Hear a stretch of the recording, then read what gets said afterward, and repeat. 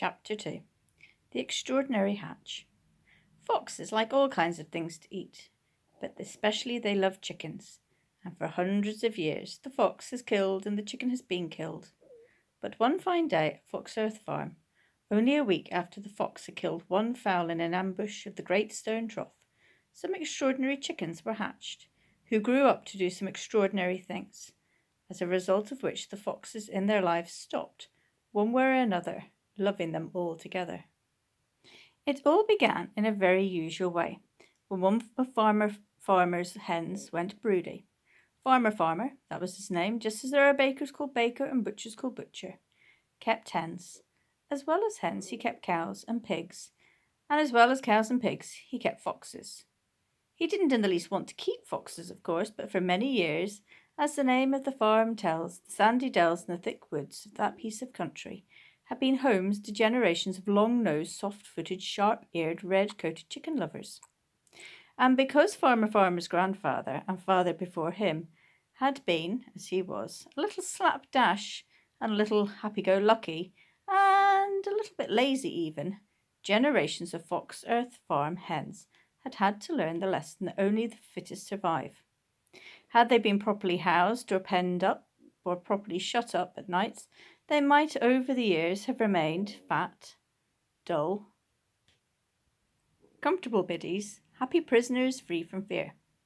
As it was, Farmer's chickens had gradually become different from the usual stupid, squawking, earthbound sort. To begin with, they were all full of dull colouring, brownish or greyish or sandyish. For over the years, the white ones and the bright ones or the spotty ones had been the first to catch the sharp eyes of the chicken lovers on their daylight raids or their night patrols. Next, they were all much longer in the leg than usual, for over the years, those who could not run fast enough when the need arose never ran a game.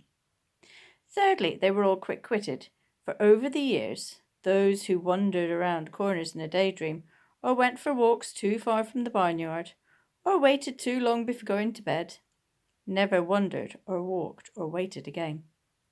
Lastly, and most importantly, the chickens of Foxearth Farm had developed a skill which poultry do not usually possess. They could fly. They really could fly. For over the years, real flight, had become the only way to safety from foxes. Hiding was no good. Running was no good. Nor was the short-range, low-altitude frantic fluttering, which is all a hen can usually manage.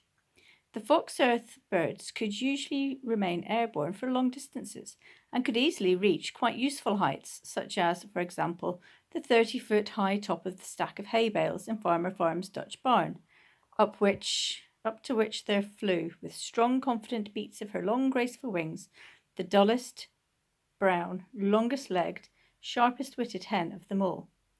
After a quick and careful look around, she settled herself in a comfortable gap between two bales. Here was her nest containing 11 eggs, and she proceeded to lay a 12th. In 3 weeks' time, a dozen ordinary, brownish, middle-sized eggs would, with luck, hatch out. They did, but what an extraordinary hatch it was.